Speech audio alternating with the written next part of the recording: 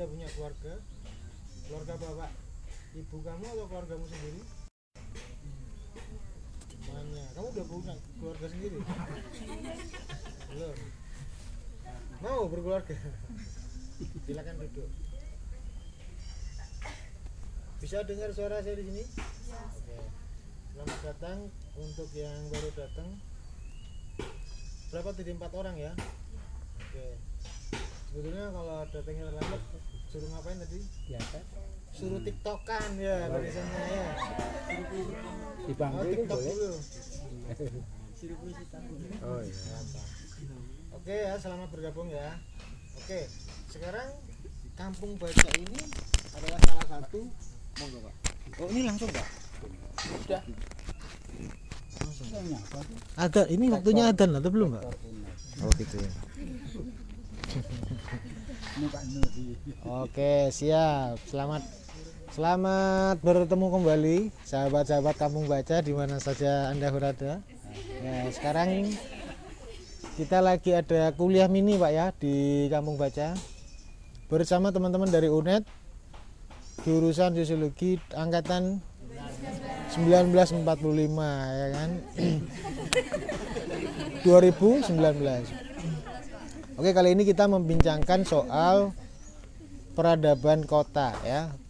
Nah, kita sekarang mau melihat lebih dalam salah satu entitas mikrokosmik ya di dalam perkotaan itu, namanya Kampung Baca. Di Kampung Baca ini ada apa sih? Ya kira-kira begitu. Nanti Pak Suliki bagian yang menjelaskan itu. Saya hanya mengantarkan saja bahwa terhubungnya orang kota itu tidak dalam basis yang tunggal atau mono ya, atau linear saja seperti relasi antara kambing dan tuannya, hanya relasi kepemilikan. Tapi relasi manusia di dalam kota itu terhubung dengan berbagai basis atau multi basis ya kan. Dalam satu diri yang sama, dia punya peran yang bisa jadi lebih dari satu dalam satu hari. Di sini misalnya teman-teman mahasiswa itu berperan sebagai siapa? Sebagai audien talk show ya nggak sih? Kalau pulang ke kos-kosan sudah pindah lagi perannya menjadi anak kos, ya kan?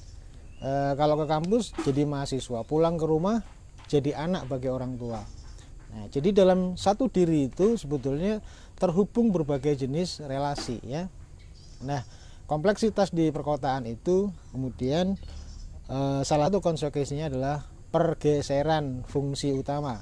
Nah, saya akan mulai dari fungsi keluarga sebagai agen pendidikan atau pengasuhan. Teman-teman peserta kuliah yang berbahagia, gitu. Mudah-mudahan ada yang bahagia di sini ya. Anda tahu keluarga itu sebetulnya bukan hanya berfungsi secara biologis memproduksi keturunan ya. Lebih dari itu ada fungsi ekonomi ya, untuk memastikan anggota-anggotanya sejahtera.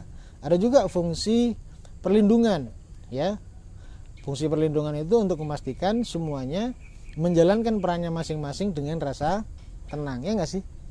Kalau berkeluarga misalnya terus masih dihantui oleh masa lalu masing-masing, tenang nggak sih jalaninya? Enggak kan? Nah, maka fungsi keluarga itu adalah mensterilisasi dari toksik masa lalu ya. Dengan hadirnya bapak, maka bayangan mantan akan sirna, kira-kira begitu ya. Dengan hadirnya anak, maka bayangan tentang masa lalu yang sering disakiti itu terobati kembali. Nah, salah satu fungsi keluarga yang saya maksud adalah fungsi edukasi, ya nggak sih? Orang yang bertanggung jawab terhadap proses tumbuh kembang anak itu siapa? Yang paling utama? Orang tua pastinya ya. Maka orang tualah, atau siapapun dia namanya, ibu atau bapak, adalah penanggung jawab utama fungsi-fungsi pengasuhan. Maka tidak salah kalau ada agama ya, saya kira semua agama mengatakan hal yang sama. Ibu adalah sekolah pertama bagi anak-anak ya. Kalau nggak salah bahasa Arabnya itu apa? Al-ummahatu madrasatul ula ya, bener ya. Jadi ibu-ibu itu adalah, kok ibu-ibu sih? Istrinya berapa emang? Ibu ya. Ibu itu adalah sekolah pertama bagi anak-anak. Sayangnya banyak ibu-ibu hari ini terutama di kota menganggap sekolah pertama itu adalah PAUD ya kan. Jadi selama di rumah itu tidak ada atau jarang sekali ditemukan praktek-praktek edukasi. Dianggap fungsi ibu itu hanya membesarkan, ya kan? Baik membesarkan dirinya sendiri menjadi gemuk karena makannya banyak gitu ya, termasuk membesarkan anaknya. Jadi kalau hanya membesarkan itu fungsi di dalam hewan aja cukup ya nggak sih? Kalau cuman menyusui kambing bisa kan? Kalau cuman menemani minum bisa kan? Gitu kan? Tapi kalau menemani tumbuh itu tidak bisa dilakukan oleh hewan, itu harus dilakukan oleh manusia.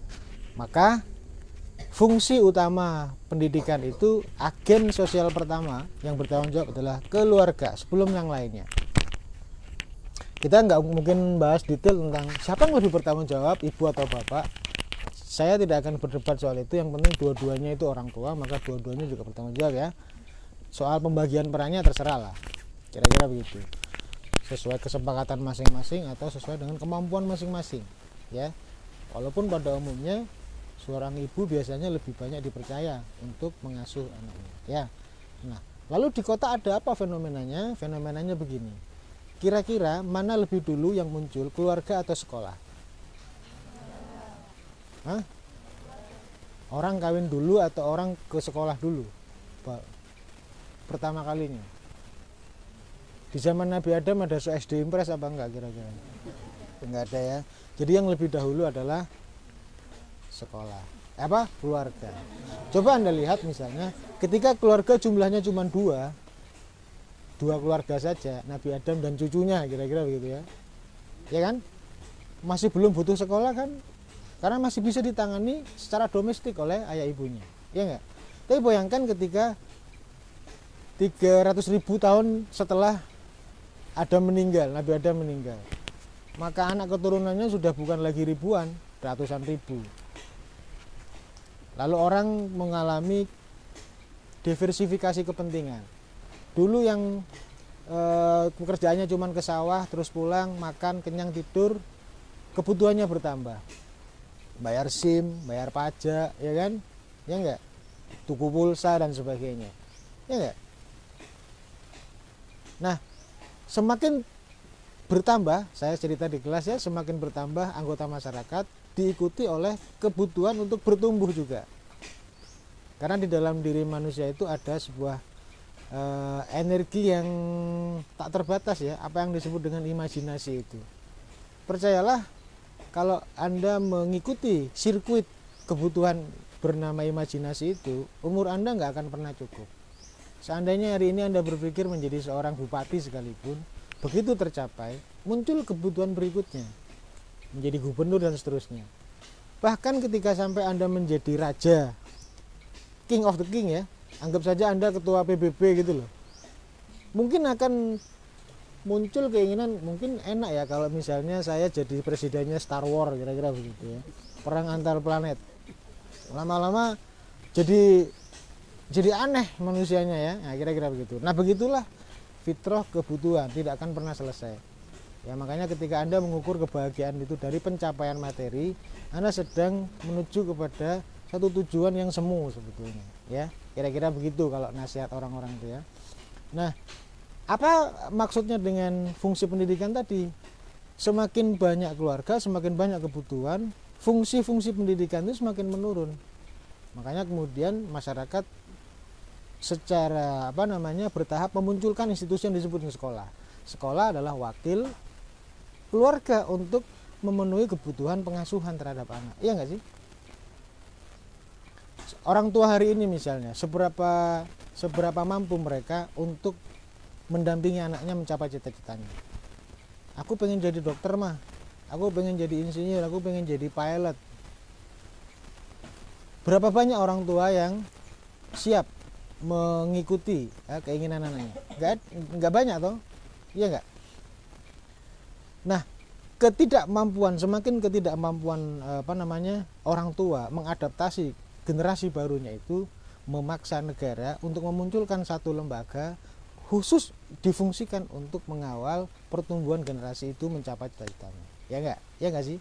Jadi sebetulnya sekolah itu muncul sebagai ekstensi, itu bentuk kepanjangan keluarga dalam fungsi pengasuhan untuk memastikan generasi yang baru lebih baik daripada yang lama. Nah, sekarang sampailah kita kepada kampung baca. Kan sudah ada sekolah, kan sudah ada universitas. Kampung baca ini apa lalu? Nah, kira-kira begitu. Sama sebetulnya dengan logika pertama. Kalau sekolah hadir untuk menutupi atau melengkapi apa yang tidak bisa diajarkan di rumah karena nggak sempat atau macam-macam, karena broken home atau single parent atau apapun, yang jelas sekolah muncul sebagai komplement, ya. Nah, sekarang sekolah-sekolah itu sekarang sedang lagi diobservasi, sedang didiagnosis. Kenapa kok banyak orang sekolah tapi tidak banyak yang sukses? Kenapa pertumbuhan bangunan sekolah semakin naik tapi orang berintegritas itu semakin turun? Ya, ini kritik beberapa tokoh seperti itu. Why do we have 1,000 of mosques but no worshippers? We have 1,000 schools but no education, gitu ya, kira-kira begitu. We build 1,000 of hospital but we increase our sick people, kira-kira begitu. Kenapa pertambahan sekolah semakin banyak tapi orang pinter kok semakin tidak punya kepedulian, begitu. Masjid semakin megah tapi kok barisannya semakin maju, gitu ya. Jadi ada paradok dalam modernitas. Universitas nambah tapi kok korupsi tambah nggak bisa dianu, gitu ya. Harusnya kan kalau orang pinter itu tambah banyak, kita makin beradab. Maka muncullah kebutuhan baru untuk menciptakan agen-agen alternatif. Nah, di antara semua yang dipikirkan dalam isu pendidikan itu ternyata ada yang lebih penting dan selama ini ditinggalkan. Apa? Pendidikan karakter, ya nggak? Ya nggak sih? Kita boleh misalnya produk pikiran kita itu mencapai luar angkasa, ya kan? Tapi kalau tidak di backup dengan orientasi yang benar, maka keterampilan dunia pikiran itu tidak mengantarkan yang bersangkutan kepada pencapaian kemuliaan, tapi justru menurunkan martabat kemanusiaan itu. Contoh misalnya, orang kalau pinter akuntansi tapi tidak punya akhlak misalnya, akuntansinya kira-kira akan berguna untuk apa? Untuk mengakali keuangan perusahaan, ya enggak? Kalau misalnya dia pinter eksperimen dalam dunia sel karena dia jurusan biologi, ya kan? Harusnya dia menciptakan misalnya genetically modified food, ya. Gimana pepaya itu tanpa biji misalnya, ya kan? Gimana kalau kelinci itu diternak biasanya lahir setahun 2 kali menjadi 5 kali misalnya. Itu kan lebih bermanfaat. Tapi ternyata kalau tidak di backup oleh akhlak, kemampuan rekayasa genetisnya itu digunakan untuk menciptakan virus corona misalnya, ya kan? Atau virus-virus yang lain. Ya mungkin mahal bagi dia, tapi membahayakan banyak orang. Teknologi nuklir misalnya. Kamu kalau dengar nuklir itu fungsinya untuk apa? Perang toh, ngebom toh. Sebetulnya teknologi nuklir itu kumpulan energi aja dengan yang padat, dengan tingkat intensitas yang tinggi. Kalau dia diledakkan untuk mematikan orang, yang mati semua. Tapi kalau untuk membangkitkan getaran sehingga menghasilkan listrik juga bisa toh, iya enggak?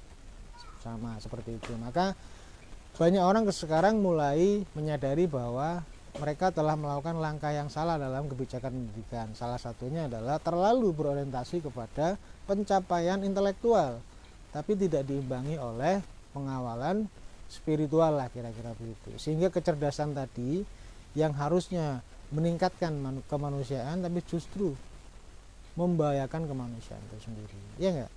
Diciptakannya senjata, teknologi senjata sebetulnya untuk melindungi, tapi sekarang justru untuk menyakiti orang lain, kira-kira begitu.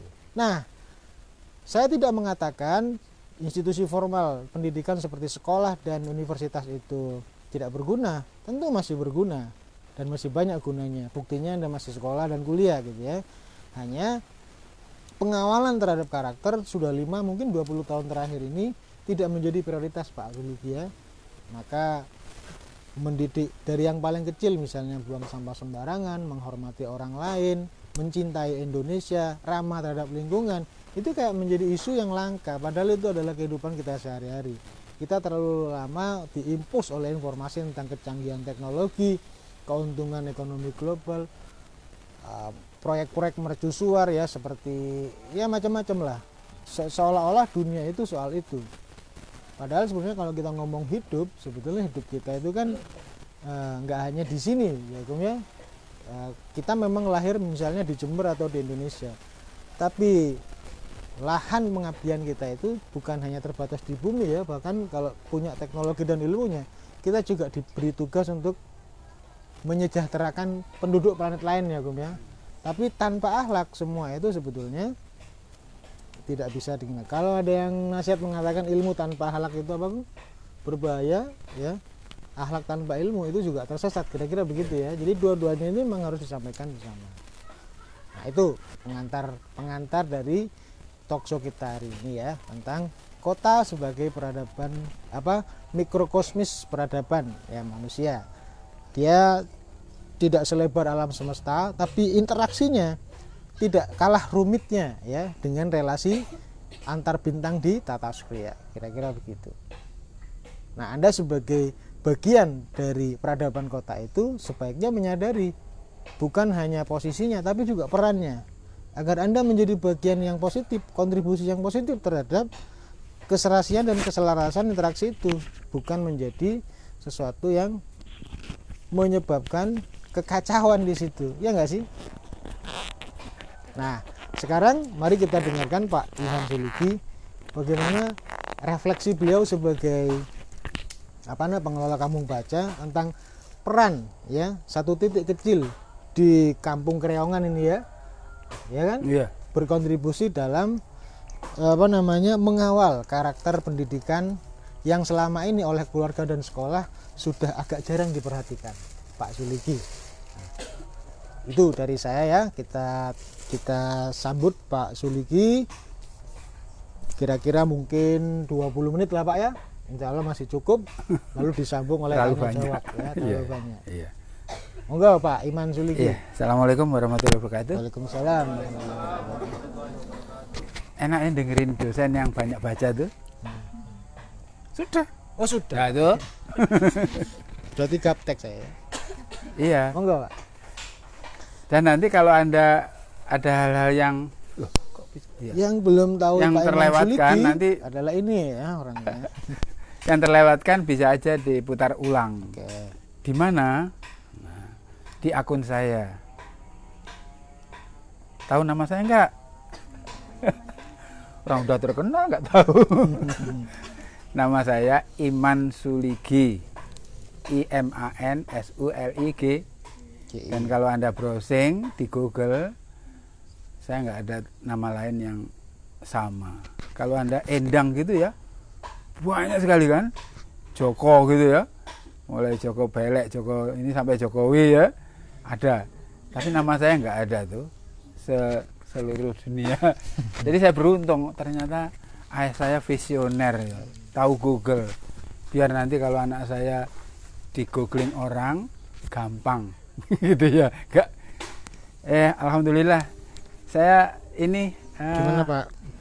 Sering ditanya sama mahasiswa yang bikin skripsi dan sebagainya ya, visi misinya apa Pak gitu. Saya bingung.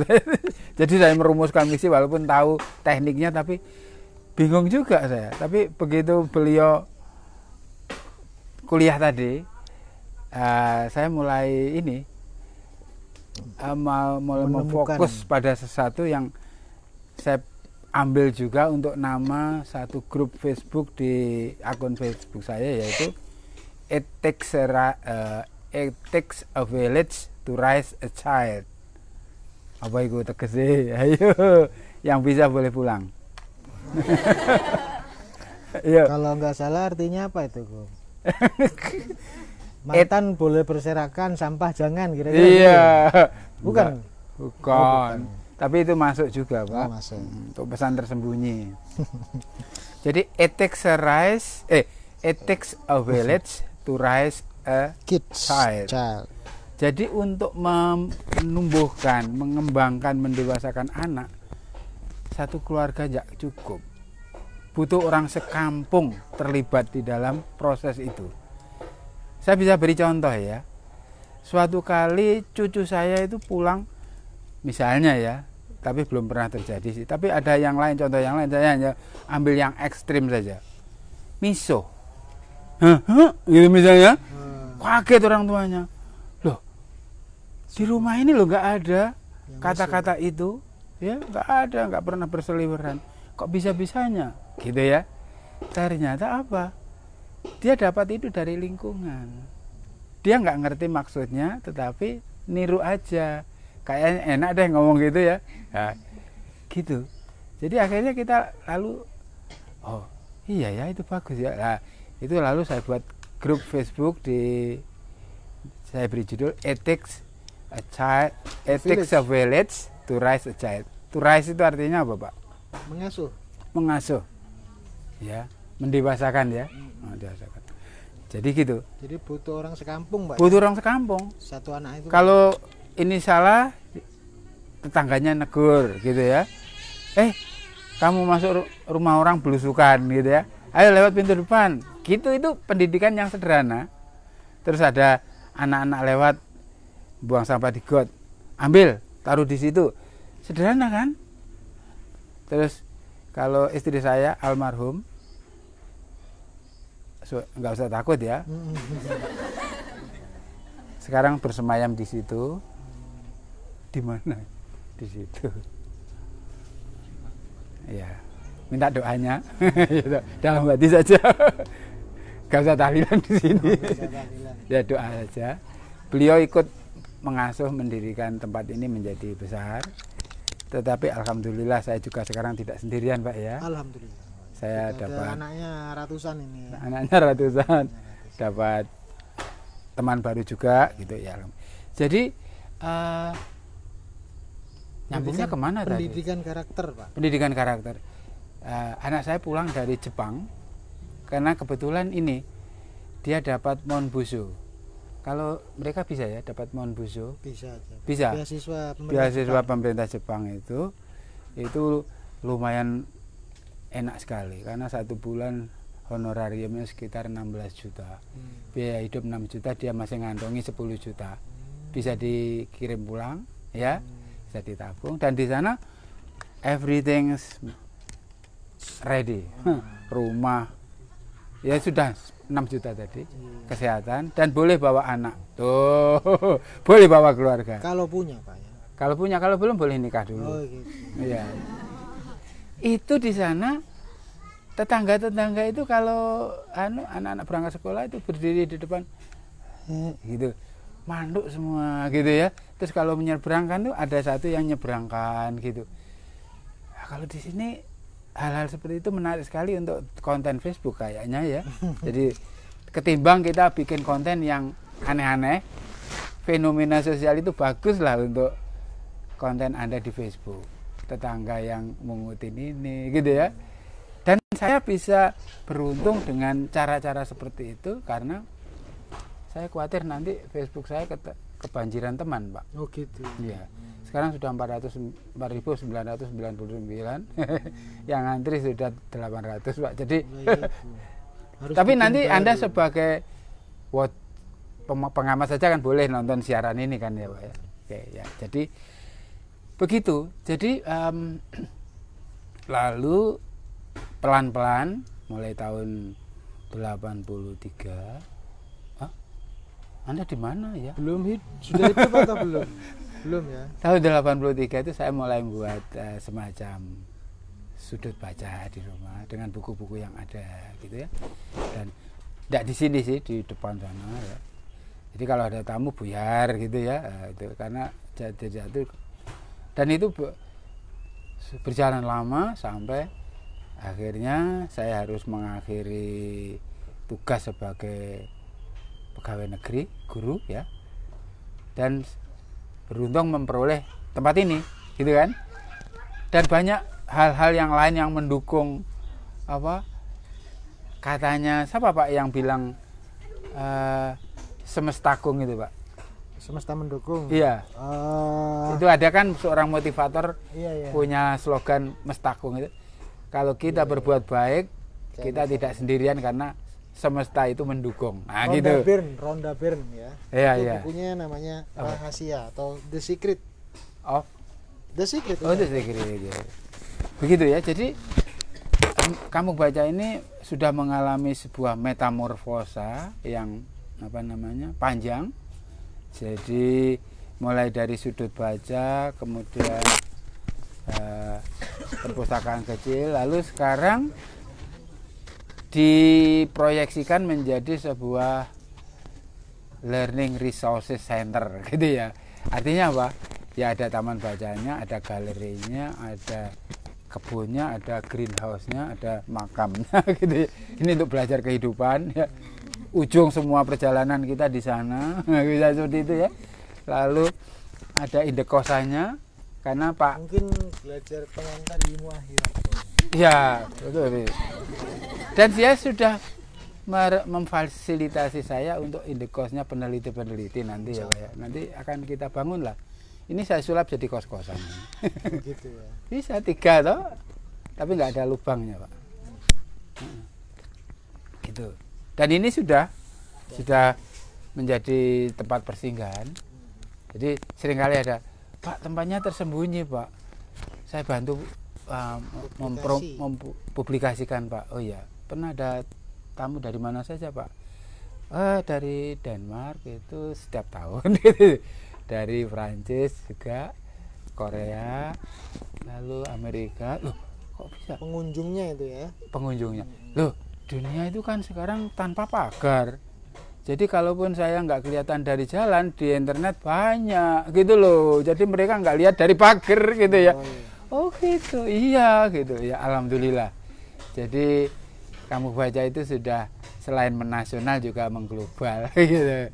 Walaupun Insya Allah mengakhirat juga karena iya juga ya. Oke. Sudah. Lalu apa yang kita lakukan di sini? Tentu saja berangkat dari awal itu kita sudah bikin taman baca, maka perpustakaan. Dan bukunya mulai dari resep masak sampai resep kampanye. Kan ada politik bagaimana mensukseskan kampanye pemilu ada juga di sini. Lalu seni, tetapi saya tidak menyusun menurut kategori yang ada di kampus yang kompleks dengan DDC 10 kelas utama itu kan. Sosiologi itu masih dibagi lagi, enggak saya. Saya cuma bagi 3 di sini. Hidup jadi mudah dengan teknologi. Maka semua teknologi baik eksak maupun sosial, teknologi sosial ya misalnya, itu masuk di situ. Jadi kalau orang melihat sosiologi, cari aja di situ. Kalau hidup jadi indah dengan TikTok. Hidup jadi indah dengan membaca. Dengan seni. Oh, dengan Ya, maka wilayah situ isinya seni aja. Seni apa saja? Mulai seni rupa, seni musik sampai seni masak. Seni olahraga, seni bela diri ya gitu. Terus yang terakhir, hidup jadi terarah dengan agama. Jadi tentang agama aja situ semua. Dengan label yang dibedakan dengan warna. Jadi nggak susah kalau petugas ngembalikin buku sosiologi perkotaan. Mana kelas 300 susah saya. Kasih aja hijau. Sudah, hijau harus sana wis gitu kan. Masa kuning ya gitu. Motivasi merah. Kalau agama itu hijau biasanya kan itu. PKB hijau, NU hijau, Muhammadiyah hijau kebiru-biruan ya gitu. Konghucu merah. Gitu. Jadi saya buat sampel karena apa? Untuk kemudahan. Terus pertanyaan berikutnya begini. Tempatnya kok nyelempit, Pak? Oke. Kalau itu masalahnya berarti orang kesini itu kesulitan toh. Lalu ada saya punya program namanya Wakaf Sudut Baca. Jadi untuk mereka yang berada di kaki Gunung Argopuro gitu aja, itu saya beri sudut baca 1 rak buku dengan 20 buku, lalu 1 karpet. Ada 1 di kaki Gunung Argopuro, Pak. Terus 1 di Jenggawah juga ada. Cuman ininya kan susahnya begini. Harapan saya mereka itu melaporkan lah ya, setelah mereka saya beri itu ada laporan ini Pak, hari ini Jumat Kliwon itu ternyata pengunjung saya banyak, potretin kirim ke sini gitu. Enggak, satu pun enggak. Akhirnya saya putuskan, oh berarti ini enggak terlalu efektif karena saya enggak tahu mereka masih berjalan atau enggak kan. Akhirnya saya putuskan saya cari lokasi yang berdekatan dengan sini. Sehingga kalau saya jalan-jalan, oh ada saya masih bukunya. Nah, saya cari 4 lokasi di sini yang saya titipi buku itu. Satu tukang pijet. Di sini ada tukang pijet itu. Pasiennya kadang-kadang banyak kan, nungguin antrian kan. Nah, saya taruh rak, bikinnya jamu gitu ya. Obat-obat untuk asam urat gitu ya. Pijet refleksi ya gitu, sehingga mereka sambil nunggu itu baca gitu. Idealnya begitu. Tapi ternyata banyak orang lebih milih ngobrol ketimbang membaca kan. Akhirnya saya ambil juga gitu. Terus satunya guru ngaji ya, di situ saya beri satu sudut baca dengan judul Sudut Baca Diniyah. Bukunya apa? Kisah-kisah Nabi, sahabat Nabi gitu kan. Kalau itu masih berjalan karena santrinya banyak. Terus satunya lagi kebetulan di sini ada salon kecantikan. Kalau ibunya potong, anaknya lari-lari dekat gang, nanti ketabrak motor. Saya sediakan buku cerita anak-anak, gitu kan? Atau bagaimana mengecat rambut supaya tidak luntur, gitu saya gitu ya. Dan macam-macam. Itu ada di situ, saya beri nama Sudut Baca Ceria. Waktunya keluar dari situ, wajahnya celing, gitu kan? Ya, gitu. Nah, itu salah satu. Kemudian apalagi di sini juga sebagai tempat pengabdian masyarakat. Jadi banyak mahasiswa datang ke sini untuk melakukan aktivitas sosial, misalnya tempo hari nanam pohon di sini. Anak PLS itu, anak PLS itu menganggap tempat ini sebagai rumah kedua tanpa makan. Tapi korak-korak boleh. Jadi nanam pohon mereka sini, nyapu gitu. Terus sana dari IAIN itu ada yang menulis skripsi di sini. Saya tanyakan berapa lama jadwal untuk menulis skripsi. Kira-kira 1 bulan Pak. Kewajiban Anda selain meneliti menjadi relawan supaya nggak balik-balik tanya.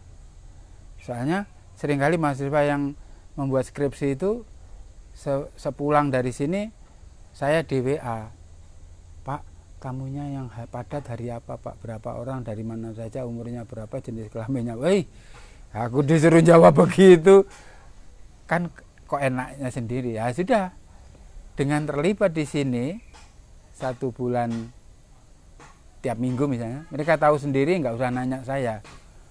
Kalau tanya itu lihat buku pengunjung saja kan, jumlahnya berapa, hitung sendiri di rak. Jadi saya nggak usah menjawab misi visinya apa, tanya ke pengunjung apa yang kamu peroleh di sini kan gitu kan. Saya tinggal terakhir bahwa anak ini sudah meneliti di sini dan di sini, tanda tangan, sudah selesai. Pulang-pulang datang mereka membawa souvenir buah apel dan jeruk dan buah pir, gitu enak. Ya kan, enak kan ya.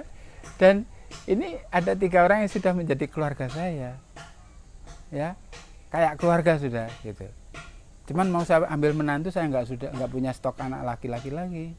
Ya sudah, selesai gitu ya. Nah,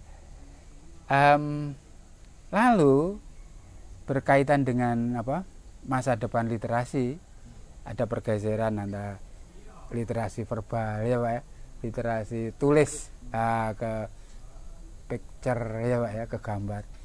Lalu saya berpikir, jadi pembelajaran, mengapa pembelajaran minat baca rendah? Anak-anak lebih suka melihat gambar, lihat sesuatu yang bergerak, lihat sesuatu yang apa namanya virtual ketimbang deretan huruf. Jadi saya buat museum di sini, museum literasi namanya. Tadi sudah masuk kan? Nah, sementara ini masih belum seperti museum lah, galeri saja. Tapi ke depan akan kita tematikkan ya, apa-apa komunikasi nanti isinya apa, telepon, radio, macam-macam ya. santet, ini ada tenun. Kalau itu urusannya dengan Pak Nuhi ya. Dia orang Banyuwangi ya. Tapi sudah ada sebagian Pak di sini ada keris 2 Pak. Ya ada keris. Tapi nggak pernah keluar asap kalau malam tuh. Nggak pernah. Terus ada ya seperti itu. Mungkin jadi kerisnya merek anu. iya merek Jepang. Tak. Iya. Asapnya. Iya. Coba yang 2 tak Pak, ada asapnya. Iya. Iya, ada Pak itu mesin rumput. Oh, ada lagi Pak, Suliki. Profil Kampung Baca tadi sudah, layanan-layanannya sudah. Iya, ya? jadi ini lalu yang berkegiatan di sini silakan dengan satu syarat. Tadi sudah banyak tentang karakter ya. Banyak sih komunitas yang pakai tempat ini untuk kegiatan. Cuman saya seringkali kebagian sampah tuh, konsumsinya ditumpuk banyak gitu. Akhirnya saya buat ketentuan, pulang bawa kardus, datang bawa kardus, pulang bawa kardus gitu kan. Artinya apa? Sampai kawan mulih. Artinya kalau saya harus membuang sampah itu ke sana, bayarin orang kan, ya 5.000. Masa saya buang sendiri kan gitu. Jadi akhirnya sekaligus edukasi. Edukasi. Nah, lalu ini pesan terakhir. Terakhir Pak. Terakhir. Masih ada lagi. Iya. Anda tadi bawa sepeda motor kan? Diparkir di mana? Nah, tadi ditarik orang kan? Enggak ya? Oke, bagus. Masukin aja di kaleng infak, saya yang akan membagi. Itu separuh untuk yang punya lahan, separuh untuk Karang Taruna. Saya nggak dapat apa-apa, gitu loh. Nggak apa-apa, gitu. Karena nanti yang datang dari tempat lain. Kayak ini dari kereta api, gitu ya. Pagar dari kereta api, wifi dari Telkom. Motivasi masyarakat untuk Iya. ya, fasilitas di sini ya. Iya, buku dari Gramedia. Saya nggak pernah beli buku gitu ya. Jadi apa yang harus saya pikir kan gitu ya. Oke, gitu ya. Jadi hidupnya fokus untuk memberi layanan. iya, karena rezeki datang. Bahkan kemarin saldo saya tinggal sekian, tiba-tiba ada transfer 135.449 rupiah gitu. Mikir dia. Iya. Ngapusi apa tenanan ya? Ya ada ngapusinya, ada tenanannya. Ngapusinya gini, ngapusinya sejumlahnya nggak sebesar itu. Kalau transfernya bener ya. Transfernya benar ya. Gitu ya. Jadi terima kasih ya sudah berkunjung, dan nama tempat ini Kampung Baca, bukan Kampung Baja. Tuh, banyak yang iya, gaptek Pak, itu teman-teman. Dan se-Indonesia Kampung Baca itu hanya cuma satu. Ada orang yang nyontek dengan nama yang sama di Sumatera. Saya sapa, saya ajak kenalan, nggak mau, takut. Karena lebih duluan. Terus ada lagi satu Pak di Madura, tapi dia beri nama Salembo. Sama Kampung Baca gitu ya, Salembo. Teman saya kalau dia berteman dengan saya karena itu Kampung Baca cabang Salembo. Oh gitu, iya. Cabang ini bukan cabang yang pertama. Nah iya. Setelah yang kedua berarti harus ada chapternya. Ya. Tepuk tangan untuk Pak Suri. Ya. Baik ya, mudah-mudahan dari 2 perbincangan tadi ada gambaran untuk Anda berinteraksi secara gagasan ya. Kira-kira apa yang sebetulnya yang bisa kita lanjutkan dari apa yang sudah dimulai